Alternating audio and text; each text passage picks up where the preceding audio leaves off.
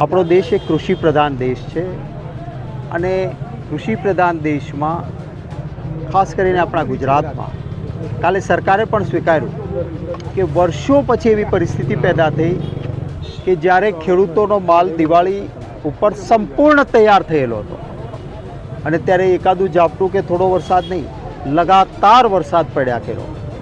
પરિણામે જે આ બિયારણથી માંડીને ખાતર, નિંદામણ તમામ ખર્ચાઓ ખેડૂત કરી ચૂક્યો હતો અને માલ તૈયાર હતો, મોઢામાં કોળીઓ આવે.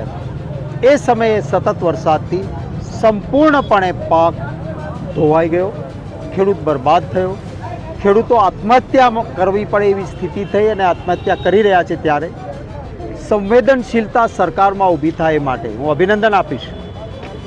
જાગૃત ખેડૂતોને, મીડિયાના મિત્રોને, યુટ્યુબરોને, સોશિયલ મીડિયાને, વિરોધ પક્ષના મિત્રોએ ભેગા થઈને અવાજ બુલંદ ન કર્યો હોત તો કાલે સરકાર બોલી એટલું બોલી ના હોત. પરંતુ એ જે જાહેરાત થઈ છે એ માત્ર ને માત્ર 2 હેક્ટર માટે. શા માટે? જેનું જેટલું વાવેતર એને એટલું વળતર. અને આ માંગવાની, આ પૈસા માંગવાની ખેડૂતને જરૂર જ ના પડત જો પાક વીમા યોજના આખા દેશના તમામ રાજ્યો માટે પાક વીમા યોજના છે.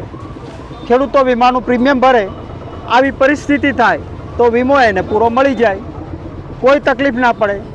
2020 ઓગસ્ટથી ગુજરાત સરકારે અને કેન્દ્રની ભાજપની સરકારે ગુજરાતના ખેડૂતો માટે પાક વીમા યોજના સંપૂર્ણ બંધ કરી દીધી. એટલે ખેડૂતને આત્મહત્યા કરવી પડે એવી સ્થિતિ પેદા થઈ.